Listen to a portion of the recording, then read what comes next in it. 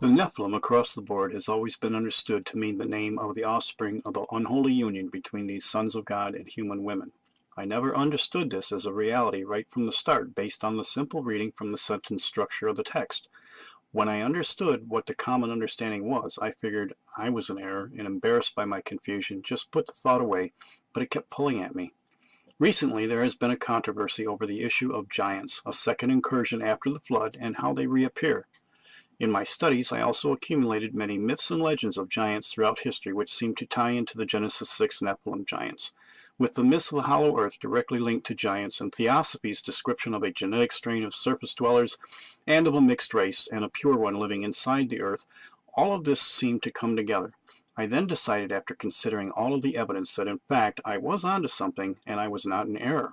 I remained silent about this understanding about the Nephilim because at the time it was not that important and would maybe only add to the confusion of Genesis 6 with the Sephite lie. The most important idea was that a separate group or not, they were still evil and part of Satan's gang of bad guys, so it didn't matter too much. Recently, however, though, a few of us who understand the Genesis 6 paradigm have debated and some even arguing about a second incursion after the flood, some even denying that there are or were any further repeats of Genesis 6 today. Others say the reappearance was the result of tainted Nephilim blood in one of the daughters married to one of Noah's sons. Personally, there is no way I see this in Scripture, direct or any allusion to this idea. It creates more problems and direct conflict to Scripture than it does to explain anything. Some have tried to claim that the Scripture claims that also after that means whenever, so that whenever this interbreeding happened, only giants resulted. The Hebrew in Genesis 6, however, could make this an accurate understanding. It could be correct by words and mechanics, but in true hermeneutics, that thought is not carried out and denies the end-time return as normal-looking beings who are able to mix into human society without detection.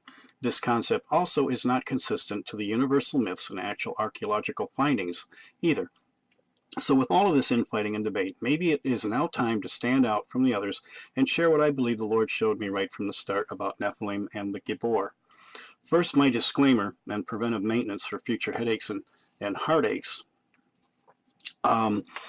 is that what I'm about to present is something to consider. It is not intended to be doctrine or any conclusive "thus saith the Lord." While I believe it to be inspired, this is relative and not conclusive.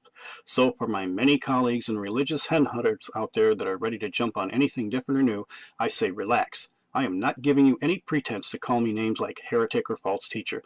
Many of you have already done that, and while at the same time borrowing what you do like and claiming it as your own material.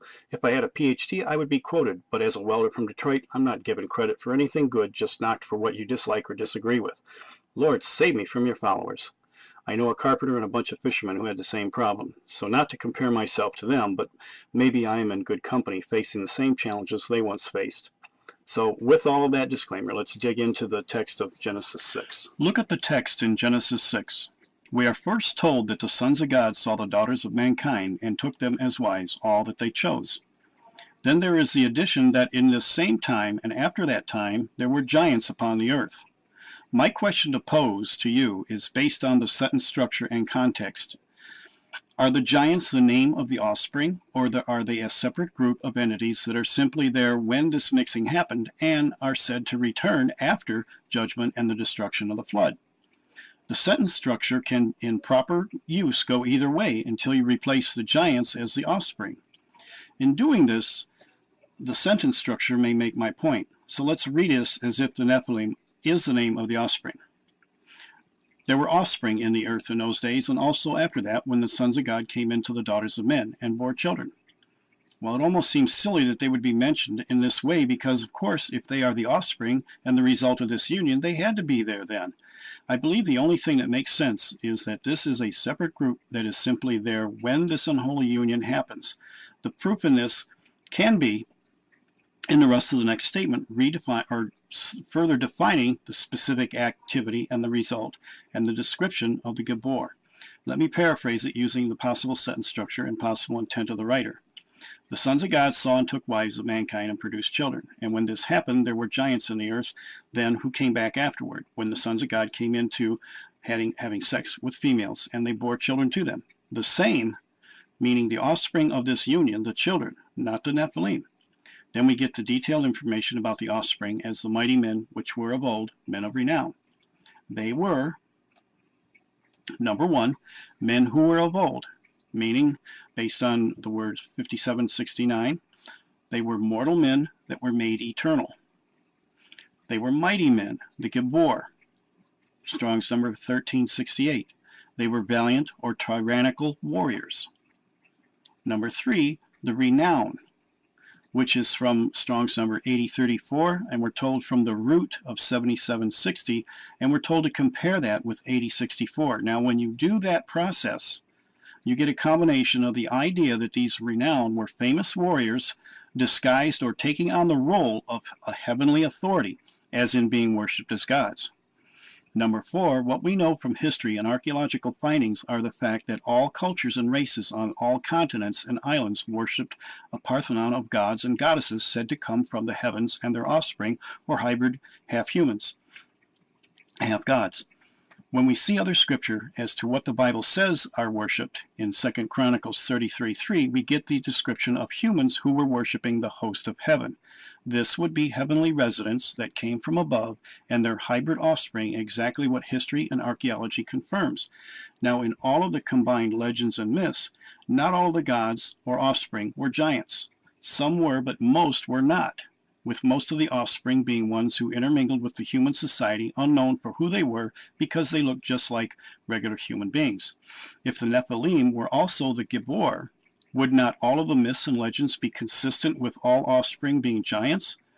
The Gibor are the ones being worshipped as gods, and if the Nephilim are the Gibor, they would all have to be giants, a detail I do not think the myths and legends would forget to mention. So who are the giants? If the Nephilim are the Gibor, it does leave this question on the myths and legends unanswered. If the Nephilim are something or someone else, the Bible does not come right out and simply say who they are.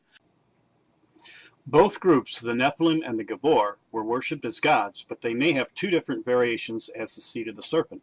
Another problem that adds to the confusion is the fact that the word Gibor can also mean human warriors that are idolized by their valorous actions and fame. Dr. Mike Heiser explores this idea of two different classes of rebels in the wording of the giants that appear after the flood in Numbers 33:3. To be honest with you, I favor this view, but Numbers 13 might be a problem with it, and this is something I still need to think through. Very plainly says, we saw the Nephilim. Now watch this. Here's one spelling, right here, with that little letter. And here's the other one. We saw the Nephilim, ha-Nephilim there. The Anakites are from the Nephilim. This phrase, from the Nephilim, is min ha-Nephilim. You'll notice there's no yod here. You have the same word spelled two different ways. I think the reason why this is done here is because this is the way it's spelled in Genesis 6. The writer wants to link these Nephilim after the flood with the ones before the flood. And if that's the case, if the Anakim came from, in other words, were related to the Nephilim from before the flood, you don't need continuing activity. You don't need the continual cohabitation. You have a genetic relationship intact, so to speak. The whole rest of the Old Testament. Abraham runs into giants. He runs into the Rephaim, the Zuzim, the Amim, the Horites. You'll find out later in verses, these are all giant clans. What's really interesting about this list, some of the terms, when God makes a covenant with Abraham, again, this is God's portion. He makes a covenant in Genesis 15, and he says, I'm going to give you, Israel, the descendants of Abraham, the Israelites, I'm going to give you the land that's now currently owned by these people, Kenites, Kenizzites, Cadmonites, all the ites of the Old Testament. And then there's this phrase, this word, Rephaim. What's really odd about this, you'll notice, again, you don't have to read Hebrew, but watch this. You see this little letter here, and this one, the ones in yellow? You notice how all the words end with that little yod. It's called in grammar the gentilic ending. These are people group names. This one does not end with that. People groups, God says, you're going to, in the future, disinherit certain people groups in the land. However, there's going to be one group that doesn't live in just one place. these guys. Rephaim refers to essentially a population not localized in one area. These are your enemies as well. Rephaim were the giants.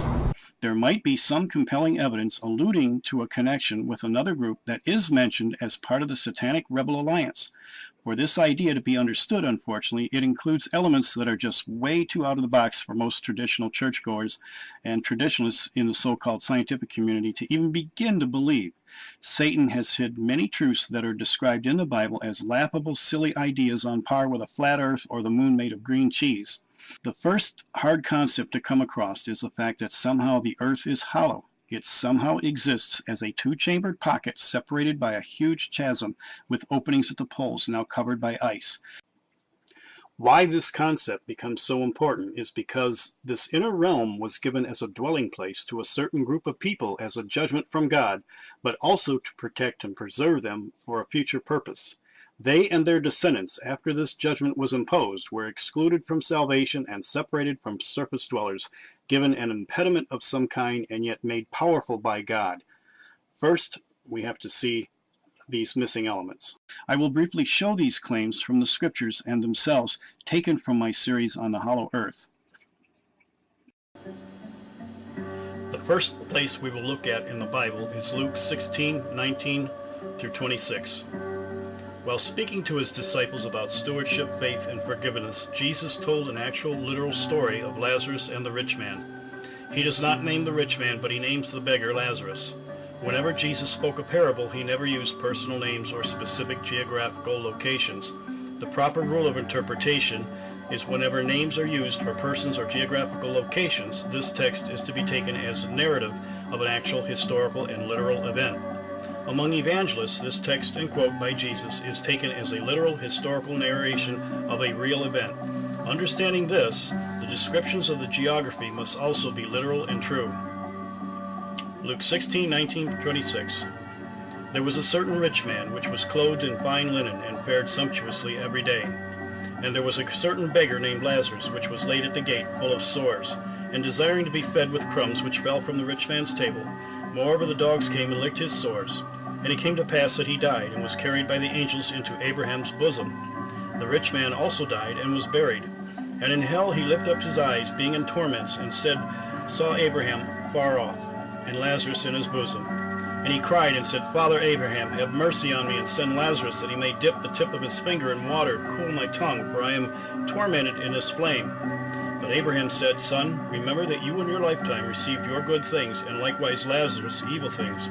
But now he is comforted, and you are tormented. And besides all this, between us and you, there is a great gulf fixed, so that they which would pass from here to you cannot, neither can they pass to us that would come from here.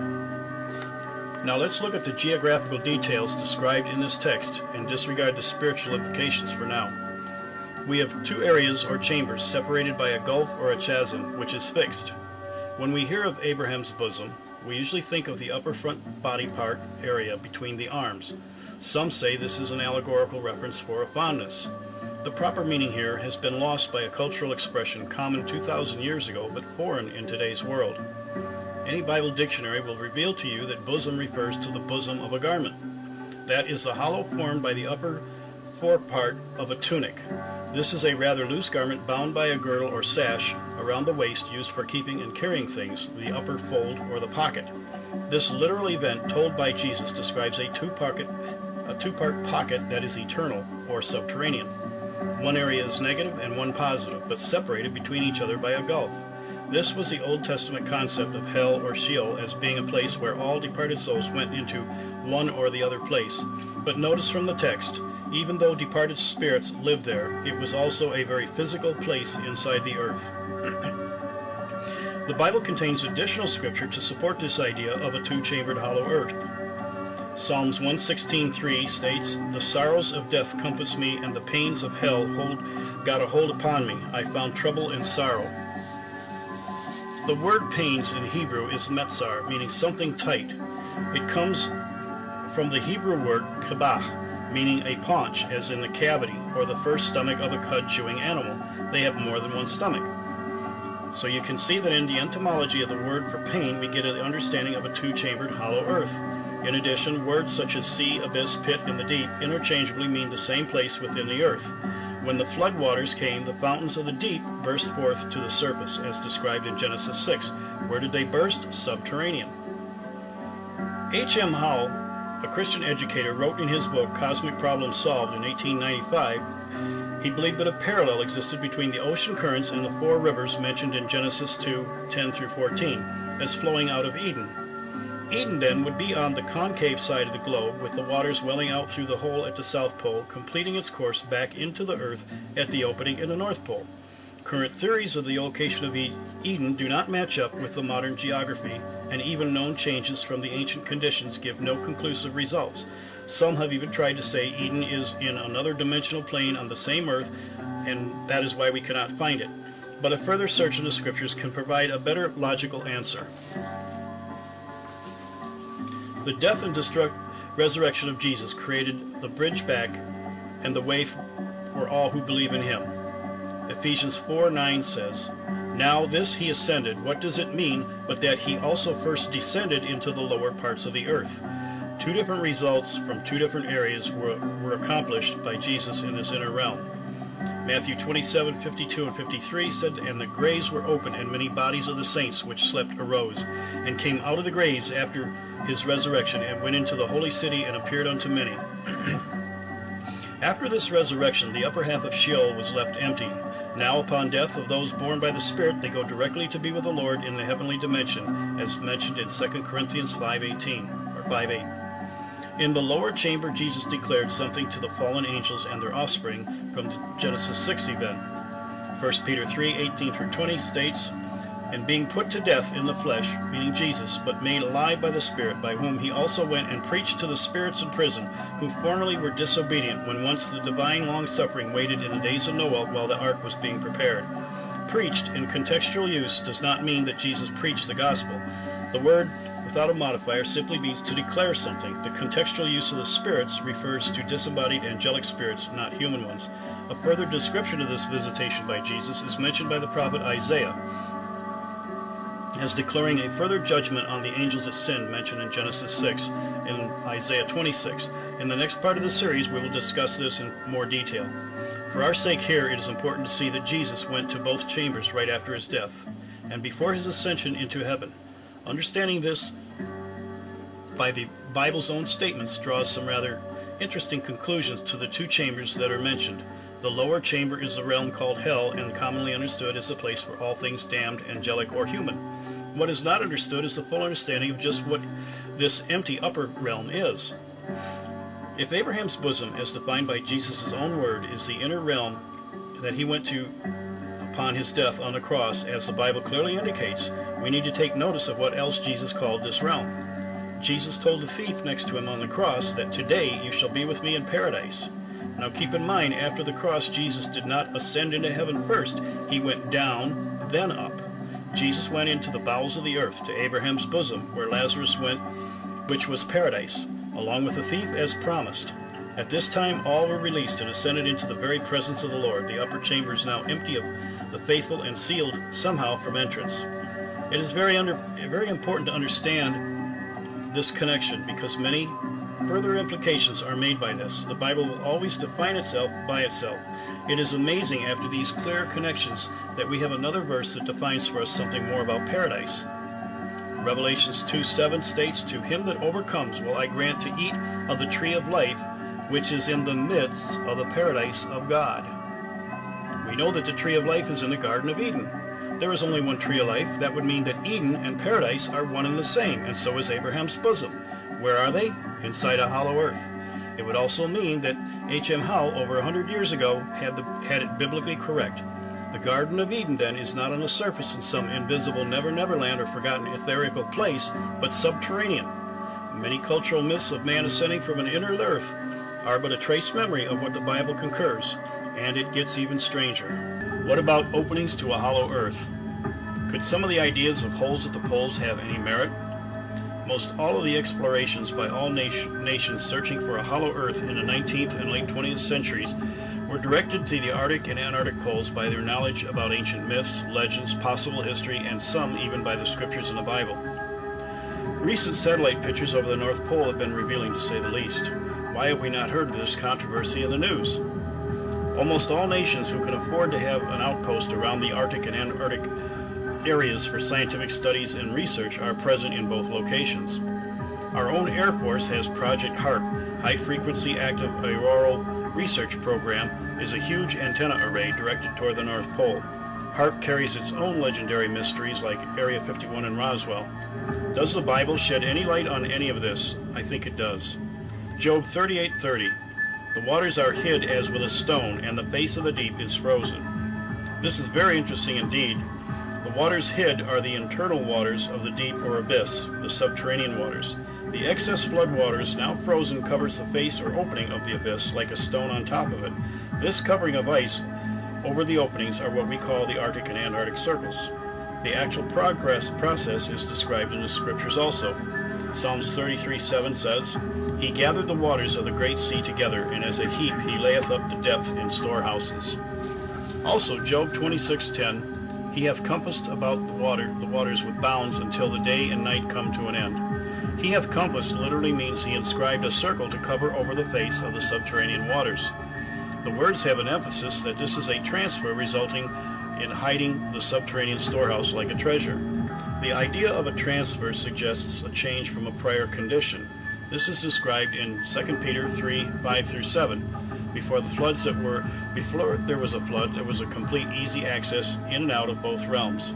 2 Peter 3:5-7 says, For this is they are willingly ignorant of, that by the word of God the heavens were of old, and of the earth standing out of the water and in the water, whereby the world that was then, being overfilled with water, perished. But the heavens and the earth, which are now by the same word, are kept in store, reserved unto fire against the day of judgment and perdition of ungodly men. The Greek word for earth means, in its general term, arable land.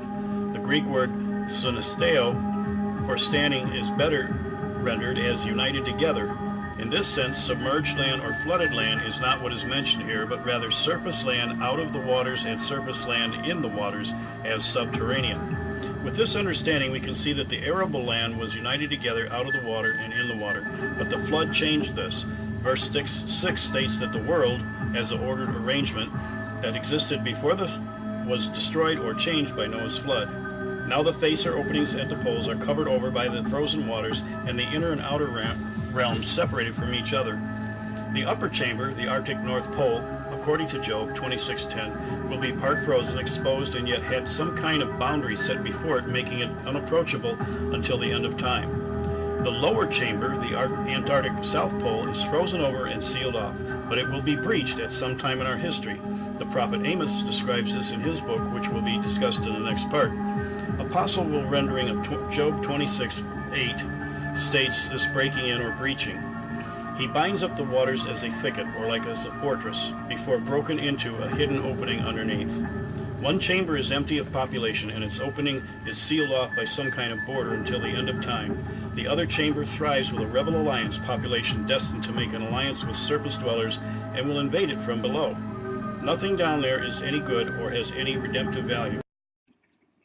Understanding this reality, we are also told that there are humans living in this place as part of a judgment from God. Here is the evidence from the scriptures. This story just keeps getting stranger as we go along, yet the scriptures confirm such strangeness. Now let's look at a commandment God told Israel to abide by.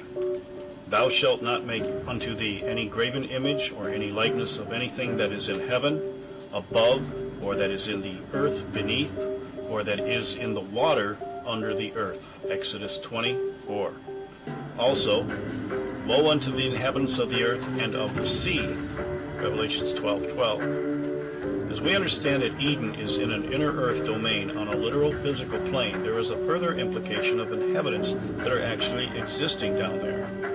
We need to re-examine another well-known text of Scripture to find out just where Cain was exiled to after he killed his brother Abel. Let's take a look at the dialogue between God and Cain right after he had killed Abel. And now thou art cursed from the earth, which hath opened up her mouth to receive thy brother's blood from thy hand. When thou tillest the ground, it shall not henceforth yield unto thee her strength. A fugitive and a vagabond shall you be in the earth. And Cain said unto the Lord, My punishment is greater than I can bear. Behold, thou hast driven me this day from the face of the earth, the surface of the earth. And I shall be a fugitive and a vagabond in the earth, and it shall come to pass that every one that finds me shall slay me. And the Lord said unto him, Therefore whosoever slayeth Cain, vengeance shall be taken on him sevenfold. And the Lord set a mark upon Cain, lest any finding him should kill him. And Cain went out from the presence of the Lord, and dwelt in the land of Nod, east of Eden. Genesis 4:11-16. It is interesting to note that in the many translations of the Bible, only the older English versions, the King James and the American Standard, use the translation in the earth. All of the more recent translations simply say on the earth. Quite a big liberal speculation placed upon God's word because of the assumption that the earth is solid and therefore could not contain life inside. The only other translation I am aware of that agrees with the older versions is the Jerusalem Bible. This is the Old Testament translated into the English by the Hebrew scholars. Regardless of this compromise of interpretation, from prior scriptures, the Bible clearly establishes that Abraham's bosom, Eden, or paradise, all the same, and hell are two separate chambers inside the earth. With that firmly established, the only word that could be used in this context is in, not on the earth. Cain was removed from the surface of the earth into a subterranean realm. He was given a mark that he would not be killed by others. This Hebrew word oath means an identifying mark in the sense of an agreement. When translated into the Greek, the word used is semyon, in the sense of a supernatural sign of some type. Is there any truth to the legends, myths, and possible historical records describing normal-sized to giant Caucasians dwelling underground, or occasionally appearing out of the caves to surface residents, and knowing that the Bible describes a group of people that were sentenced into the earth to live? Can one assume that the mark may be their large size, and that the two groups are one and the same? I think this speculation is one that can hold merit. However, with the most critical thinking, I do not believe I can prove this as an absolute fact. However, I think there is sufficient evidence that can support this idea for serious consideration. First, there are several things going on from the text that we need to understand. As Cain was being sentenced for his crime, he was afraid of being captured or killed. God's response was that when he tilled the ground, it would not yield its strength for him. In context, I do not think God was referring to an agricultural problem, but one rather of a genetic defect that would perhaps keep he and his offspring in the subterranean environment. Consistent in the Bible is the use of growing and planting to describe genealogical progressions of life. In this context, it would make more logical sense and also backed by observable as evidence that a genetic defect is what the Lord was speaking of. God also states he had put a mark as an agreement and a supernatural sign or an act upon Cain. Something of a transformation to Cain is happening as he is sentenced to wander in the land of Nod. He is changed already in his soul by sin that has permeated him and his future offspring. In spite of this, he is given some kind of supernatural power to endure or protect himself. This is confirmed in the most unusual manner, but consistent in the Bible. Chuck Missler discovered a most interesting thing about lineages in the scriptures. I will let him tell you himself. Another God appears to have laid out his plan in advance, and that's in some subtleties, and one of which I'd like to share with you in Genesis chapter 5. In Genesis chapter 5, we have a genealogy. The genealogy in Genesis chapter 5 goes from Adam, the first man, down through Noah. And in Genesis chapter 5, if you wade through that, I encourage you to make a list of the names. Adam gave birth to Seth. Seth, Enosh. Enosh, Kenan. Kenan, Mahalalel. Mahalalel, Jared. Jared, Enoch. Enoch, Methuselah. Methuselah, Lamech. And Lamech was the father of Noah. Let's take these names. 10 names. But see, the problem is we need to know what the names mean. And if you have a study Bible or a source, a lexicon, what have you, you know that the name Adam means man. As you go through your Bible, when these names are typically first introduced, most of your marginal footnotes will tell you what the name means. Adam means man. Seth means appointed. Enosh means mortal. Kenan means sorrow. Mahalalel means the blessed God. Jared means shall come down. Enoch means teaching. Methuselah means his death shall bring. Lamech means the despairing. And the word Noah means rest or comfort. Now, let's read that genealogy as a sentence. Man is appointed mortal sorrow. The blessed God shall come down, teaching that his death shall bring the despairing comfort. Isn't that wild?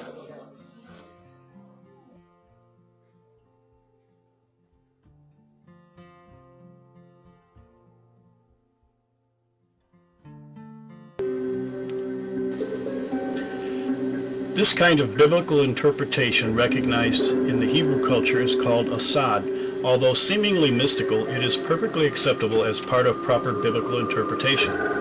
Establishing this discovery as a pattern, I have done the same thing to the 6 generations of Cain mentioned after the murder. Here is what the lineage using the same process tells us. Striked out to possess, disciplined fugitive, smitten of God, who is of God, powerful. What are the mathematical chances that this was coincidental? This was the description of Cain striking out his brother to take what he felt was his. Or it might have an even deeper meaning. Cain means spearhead, as in the process of striking out to make a claim or possession. Could this be describing a bigger picture here? Could this be an allusion of Satan's plan to establish his own firstborn seed to usurp God's creation? Jesus did mention in the parable of the wheat and tares that the enemy had sown his own seed among gods. Here is another way to look at this spear striking out to take a hold. It is interesting that the Wellesberg Castle, the center of all things occult as the Nazi think tank led by Himmler's SS, is shaped out in the form of a spear piercing a circle. In another part of this series, we will develop this connection further.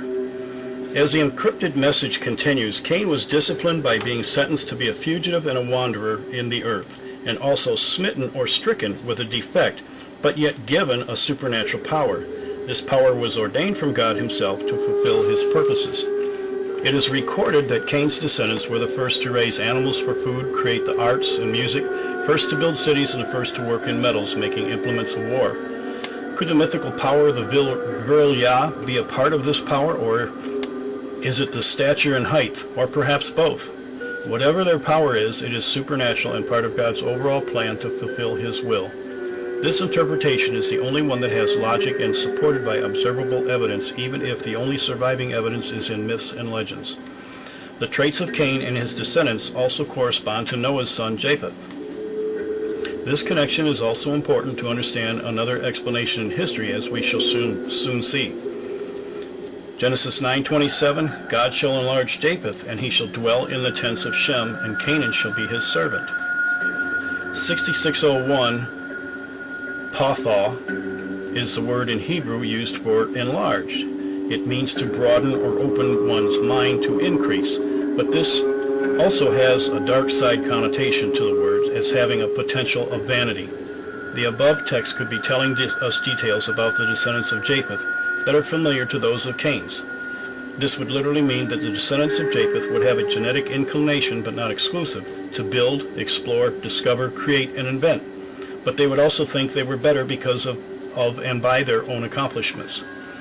They would also displace the brown race and have the black race for servants. To be honest, history would bear this out within the most recent observable evidence in the building of the American Empire.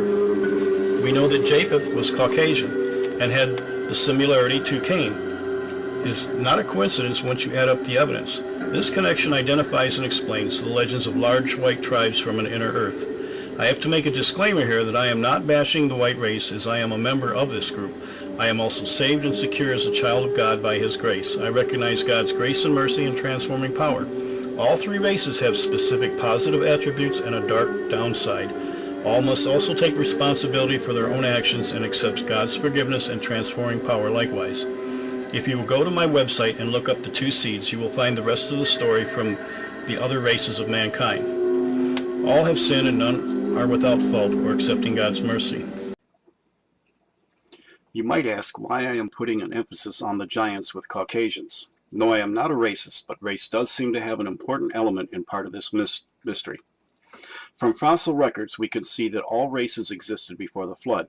Noah did not suddenly have a rainbow family after the flood from some kind of adaptability of the human species, as some have theorized. The proof of this is in the fact that there are fossil remains of all three races of mankind before the flood. There is also fossil and mummified remains of all three races with a larger cranial capacity than that of modern man. These findings, although well documented and remains visible to the public in many museums across the globe, is always played down to total obscurity. The fossils are never mentioned for what they can be saying or what they mean, as it is in direct conflict with evolution and the idea of natural selection of species. The theory goes that the higher developed species will flourish as the lesser ones diminish to extinction. In this fossil case, we see a Cro-Magnon representing the European Caucasians. We find the Mulians representing the Semitic or brown races of man with a much larger cranial capacity than that of modern man. We also have the Boskop man with the largest cranial capacity representing a superior form of the black race of mankind. In these findings, we see the opposite from the theory of evolution happening. The superior intellect has died off to extinction and the lesser has survived as modern mankind, representing the three races of mankind as described in the Bible. This tells us of judgment from God, not natural selection. We have the actual fossil remains of the hybrid offspring of angelic human relations. We are told that they would return somehow after the flood mentioned in Genesis 6. We see this reoccurrence according in Numbers 13:3. There is a connection to the giants from Genesis 6 before the flood and the ones Joshua and Caleb confront after the flood. In the connection, there is also a difference between the two, and we are not told exactly what it is. They were huge in physical stature as before. This could not be the genetic defect known today as gigantism, as some have claimed, because it was rare, not even duplicated within the same families, let alone an entire culture or society. It was also a debilitating disease that resulted in diminished physical strength and eventual early death. Not exactly the witness example of entire cultures of giants thriving unchallenged and undefeated by anyone or anything. The tribes of giants mentioned in context to this story represent all three races of mankind as before the flood, but there is something significant that happens. Joshua and Caleb are told to wipe out every last breathing thing within these cultures that had this hybridization going on. They were successful in all except for one group.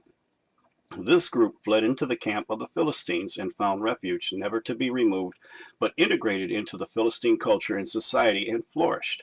This is where much later in history David contended with Goliath, and the king Og of Bashan is also mentioned as giants. These people were from the Philistine culture and race who were Caucasian. In the Bible, the original inhabitants called Philistines were of Hamitic descent, black, but they were displaced by a maritime sea people from the island of Crete called the Cathorum. They were tall, blonde-haired, blue-eyed people who acted just like the later Vikings. After displacing the original inhabitants from the Palestine area, they too were called the Philistines, depicted by wall reliefs in Egypt by Ramses II as tall, blonde, Hellenistic people. The Philistines, as mentioned in Part 2, are prophetically mentioned in the Bible in connection to the seed of the serpent and the hybridization program that would happen in the last days in Isaiah 14 and 29 and in Daniel 2:43. I will now hope to show you how the actual archaeology and related myths and legends may confirm a possible relationship with Caucasian giants as being the descendants of Cain, the surface-dwelling remnant as a genetic mixing with the Philistines, and how they may be the same mentioned by Helena Blavatsky's Theosophy as also the surface-dwelling Aryan destined to meet and align themselves with the subterranean pureblood Aryan, bringing about a new age. This ideology became the Nazi agenda and a major prophetic fulfillment of bringing back the technology and the hybrid people that existed before the flood, as mentioned in Isaiah 14's relationship with the tribe of Dan and modern-day Philistines, the Nazis.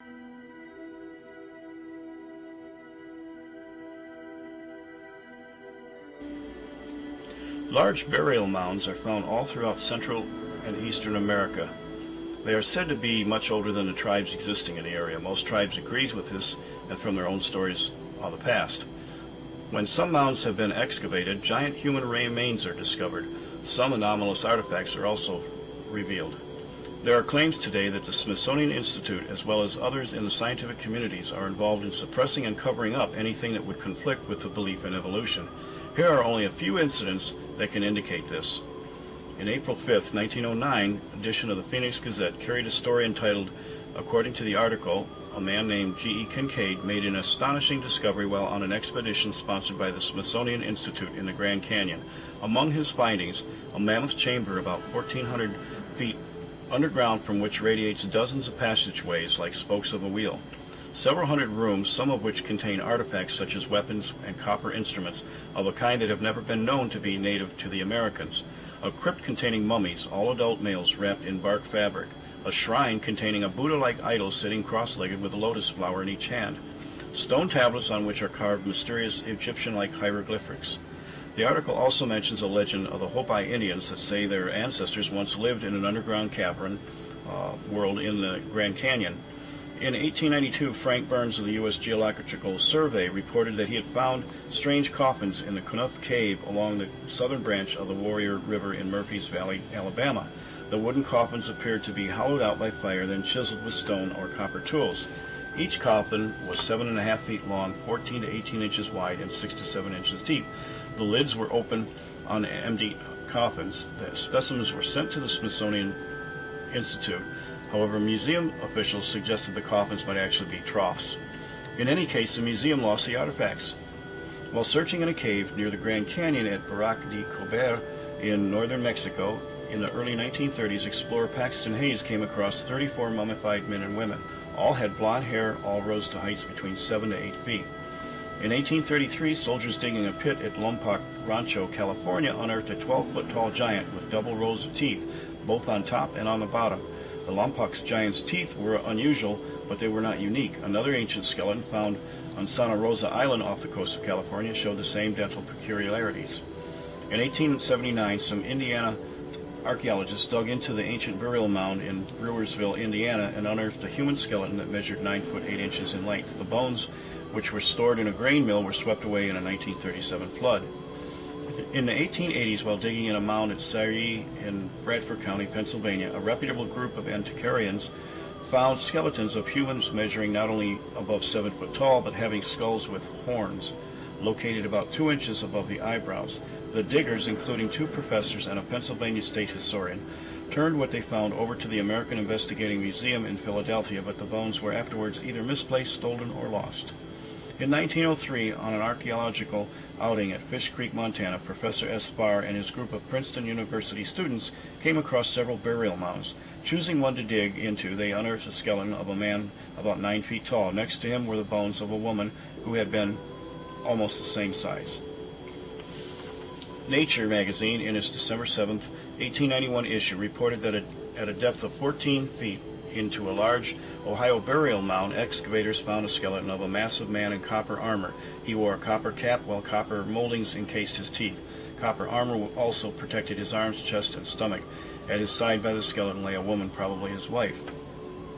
In the 1860s, some excavators digging on a hill in Marion, Ohio, uncovered 30 skeletons who ranged in height from 7 to 8 feet. In the early years of the 20th century, a team clearing out bat guano from a cavern near Lovelock, Nevada, discovered several giant cadavers measuring well over 8 feet in height. Their hair, still intact, was said to have been long and reddish in color.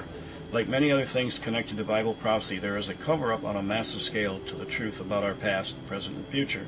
The human agents may range from a wide variety of groups, all sharing in the common goal of a one world ruled by man apart from God. The particulars are debatable and very controversial, but the bottom line is that all elements are conspired to prevent God's creation, mankind, from understanding the truth. The ultimate leader behind this cover-up is Satan himself. The giants represent the idea of evolution and life apart from God. They represent one aspect of man's own vanity to be like God and self-sufficient apart from him. I believe we have established that giants are very real and a part of our past history. They are described as all tall or gigantic Caucasians with a strange appetite, a bad attitude, with a warlike nature. They bore children who were also tyrants and bullies and large in stature.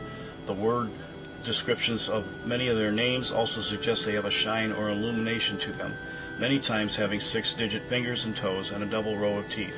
The biblical descriptions are truly mirroring in all of these myths and legends and claimed history. The Bible holds the truth about the myths, legends, and claimed history as corrupted memories of the biblical account. In spite of a cover-up, there is hard evidence that has survived.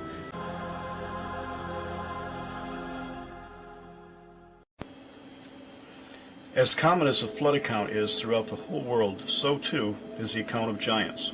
From childhood fairy tales of Jack the Beanstalk, Jack the Giant Killer, or the Jolly Green Giant of advertising vegetables, their creation stems from the ancient accounts of giants in all cultures from all ages and claimed history.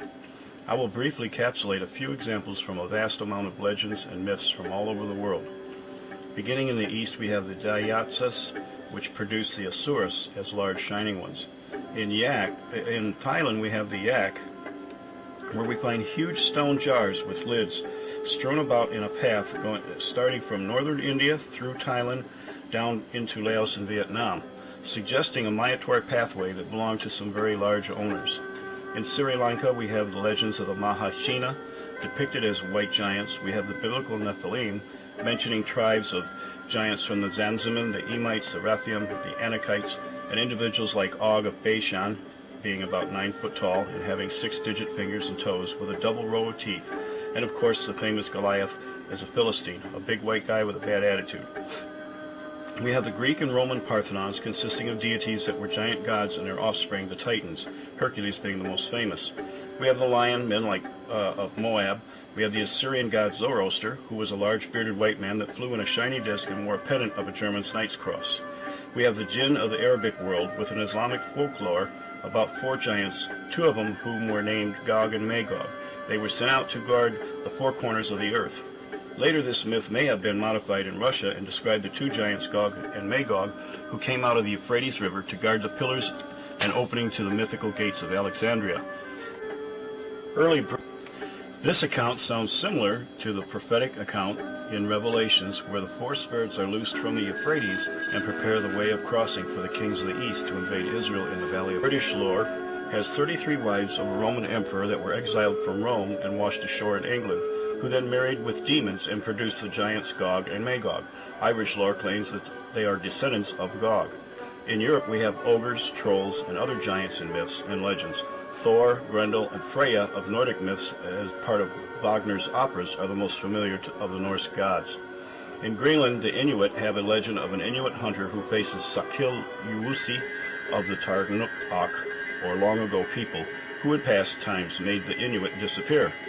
In Northern America, most American Indian tribes and locations over the entire continent can recount legends about encounters with giants. The Shawnees claim a civilization of large whites lived in Florida before they arrived and left their buildings going back into the caves of the earth. Incas have a similar folklore of a subterranean white race that travels via caves. Legends of the Oglala Sioux claim that the giant white men lived in the northern areas. Archaeological evidence seems to confirm this. The Hopi tales have encounters of large white giants that came out of the nearby caves.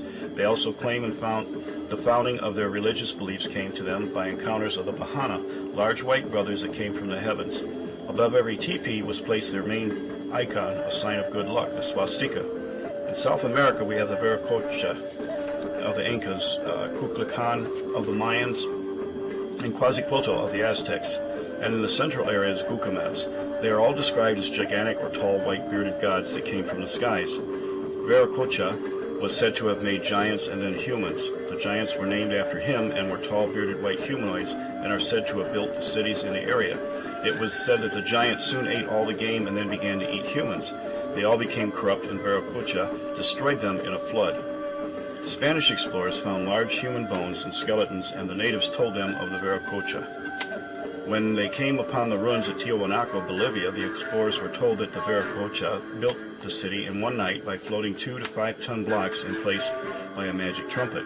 We are only beginning to understand light and sound as power sources, and it may be this was an actual application of an unknown physics of harmonics applied to some kind of electromagnetic anti-gravity applications as revealed by Nikola Tesla.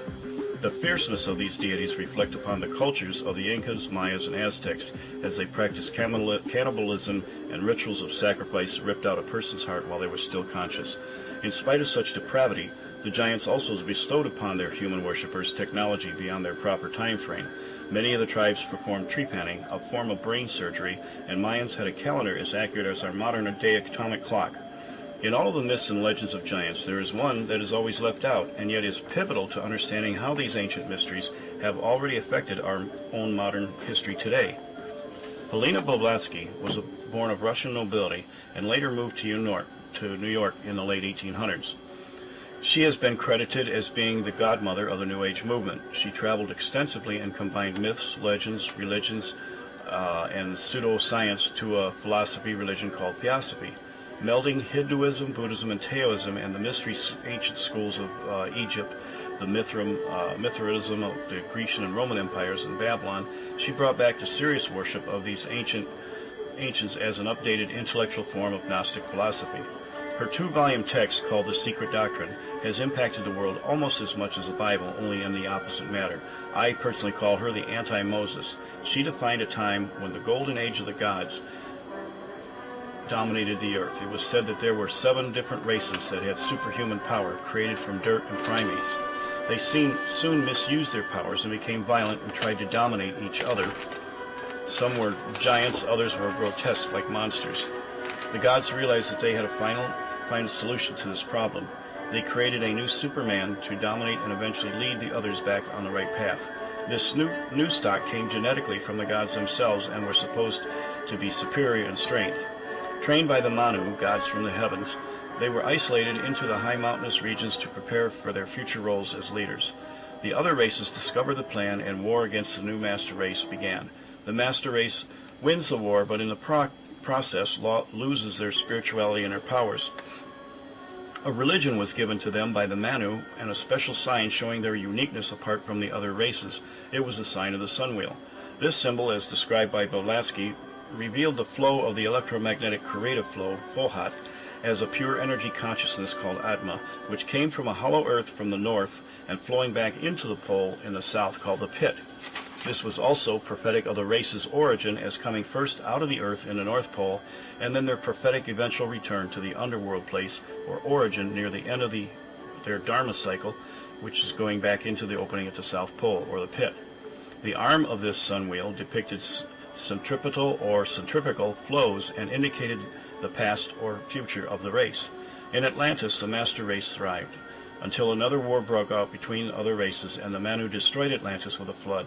The surviving master race was taken safely to the mountaintops of the Himalayan mountains, and there in Shambhala they would await for their destined role to rule the new world.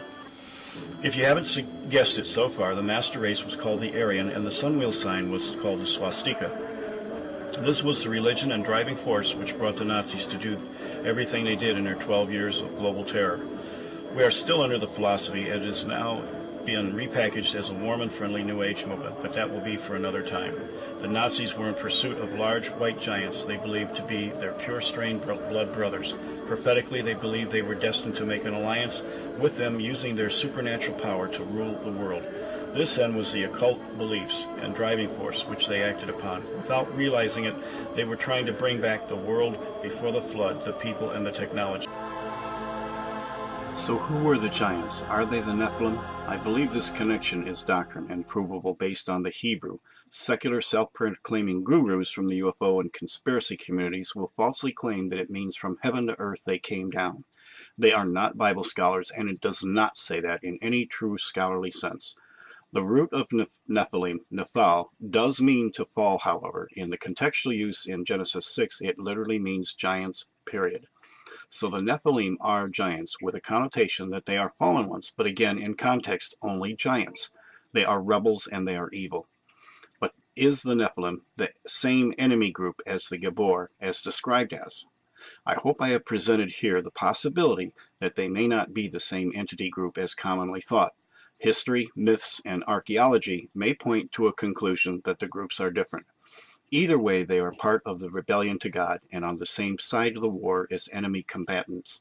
If the Nephilim are a different group as the inner earth offspring of Cain after he killed Abel, it certainly can explain their appearance and reappearance before and after the flood. They simply went back to what was appointed to them by God himself as part of their judgment. only to reappear from caves and tunnels to mingle with the surface humans, and a continuation of a form of hybridization or mixture of Cain's seed of the serpent with the seed of the woman, contaminating God's intended lineage, just as the mixture of the fallen angelic host did with humans before the flood. This would not require a second incursion, as it would be only a continuation in a similar but different fashion, like proclaimed by Numbers 33:3. It also fits perfectly with the Aryan Nazi myths of an inner earth pure strain of so-called supermen who would make a human surface-dwelling alliance to bring about a new world order. It can also explain the prophetic involvement of the Philistines and the tribe of Dan as the ones to be mingled in a two-part last empire that would be part scattered and part united. The only other option to this possibility is that a second incursion had to have happened by the same sons of God after the flood. The option of a tainted bloodline surviving the flood from Noah's family has far too many conflicts with known scripture to even be considered as another viable option. As we shall see in Part 4, there is a continuity with end-time prophetic warnings if we understand the giants as Cain's descendants are similar but separate with the Gibor. I want to end this section with the actual beginning history of this unholy alliance of humans and possibly Cain's descendants. Then in Part 4, we will see how history has already revealed much of the UFO alien deception and the Nazi agenda and the New Age New World Order are all one and the same, concluding in the Valley of Megiddo.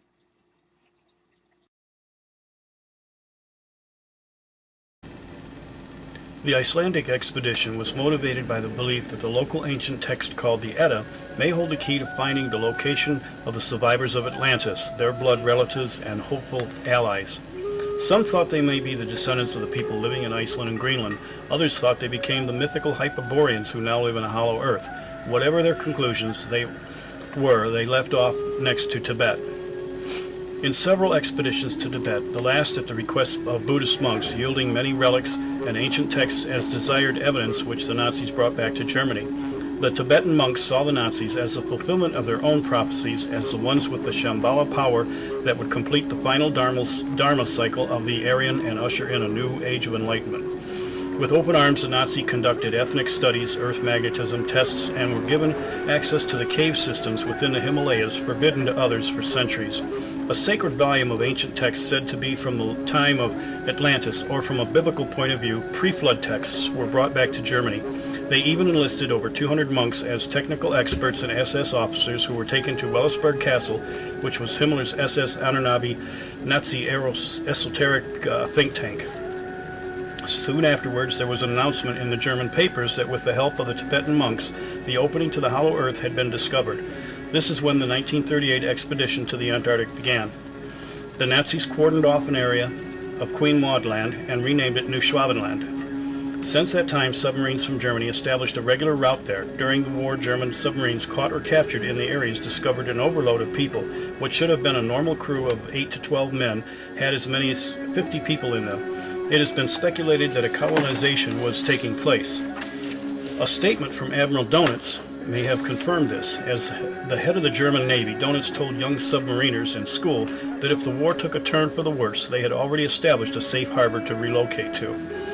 At the same time activity increased in the Antarctic, German nationals began buying properties all along mountain ranges all throughout the world, but concentrating in the West, in South America, and even New Mexico, Arizona, and California. The American OSS was following this occult trail and was well aware of the suspicious activity. At the war's end, the American OSS was confronted by many surprises and a great mystery, which were all connected to the Antarctic and a hollow earth.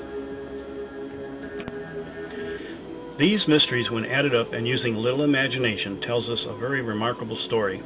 At the end of World War II, we found many of the largest modern German submarines missing from their pens, never to be found or seen again.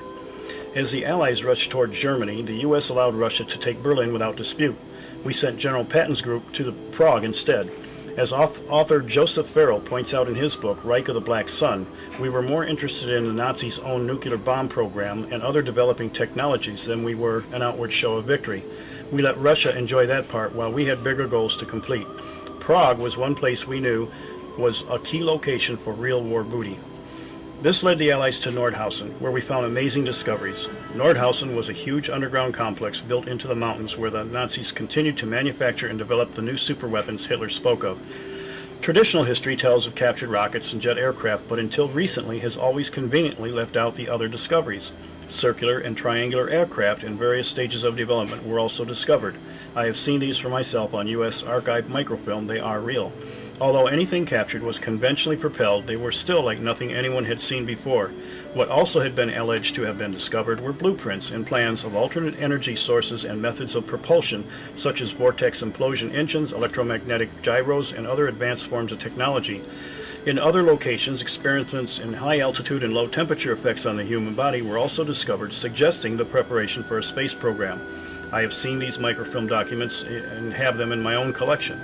Cloning technology was also discovered from Joseph Mengele and other experiments in the death camps, as well as mind control.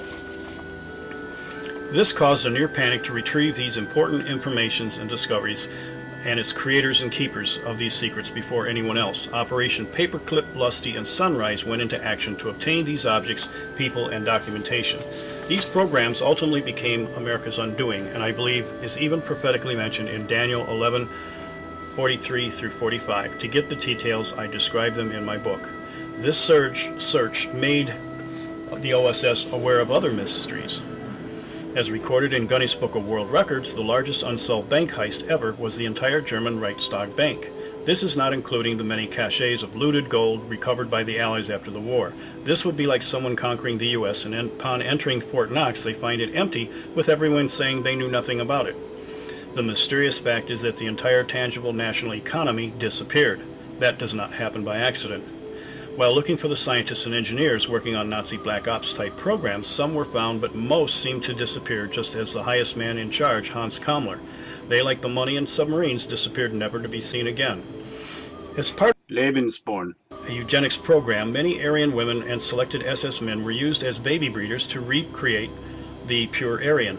With the largest disappearance in the Ukraine and other amounts from all other occupied territories, and I know this sounds incredible, but almost 200,000 people are unaccounted for. This does not include MIAs, POWs, and those executed in death camps. The Nazis were articulate in records keeping, and this is a fair estimation that seems to have disappeared off the face of the earth. 2 months after the war, 2 Nazi submarines surrendered to Argentine authorities, who then hand over the crews to the American OSS. The crews said that they had just left the Antarctic, where they left supplies near a cave in the German area of New Schwabenland. The OSS kept the officers for the next 2 years for questioning. All this evidence just cries out, as incredible as it might sound, that an entire government and key individuals with a significant population relocated to somewhere else. The U.S. did not take this evidence lightly. We knew of the Nazi occult trail of exploration and backtracked their steps. This led us to dispatch our only expert on the Antarctic, Admiral Byrd, to the Antarctic. The public was told that this was a scientific venture to test military equipment in severe cold climates and to do further mapping and geological studies. The contingency to Operation High Jump consisted of 13 military ships, including an aircraft carrier, battleships, and a typical military operation. It also included 4,000 ground troops, a couple of PBY reconnaissance planes, and heavy military equipment. There was not one special-built research ship included. The group broke off into 2 groups and made a 3-pronged military entrance onto the Antarctic continent, headed toward the German base 211 in the area they called New Schwabenland. They were outfitted for an 8-month stay. However, after only 2 weeks, they returned with the loss of many heavy equipment and planes. En route back, a ship-to-shore communication with a Chilean newspaper stated that Admiral Byrd told them that in the future we would have to contend with aircraft that could fly from pole to pole in a matter of minutes. There is no proof of this conversation, and it appears that a cover-up is in the process. Once back home, Admiral Byrd was taken to Washington, where he was sworn to silence and the whole matter kept hushed. Nothing else was ever mentioned in the press, and it became a non-event. Years later, Admiral Byrd tried to push Congress to use the Antarctic to test as a test site for our nuclear bombs. When in 1952, a month before the bill was to be presented to the floor for discussion, Washington is suddenly buzzed by groups of UFOs flying in a typical German formation. The bill was dropped, and soon afterward, the international policy on both Arctic and Antarctic circles was developed. 5 months after High Jump, our government officials were nervously searching for a last bastion of Nazis who may have fled with a technology that challenged their position as victors of World War II. Many sightings, including the Kenneth Arnold sighting, depicted UFOs that were identical to the captured Nazi documents.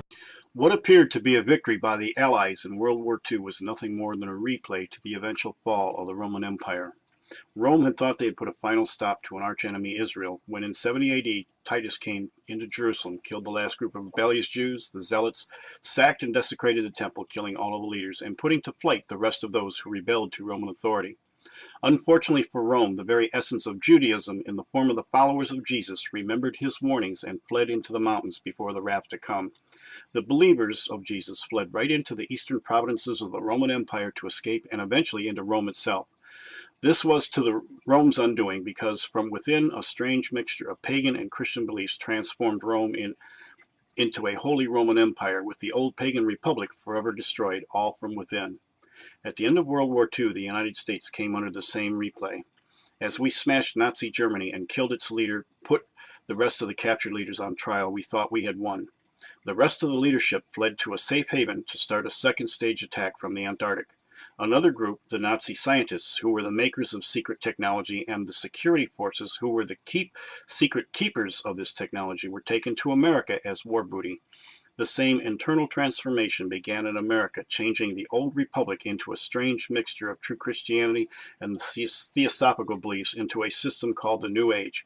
From within, our worldview changed and was supported and confirmed from outside by the last bastion of escaped Nazi population, along with the leaders allied with fallen angels, Cain's descendants, and a demonic horde, all pretending to be aliens from outer space.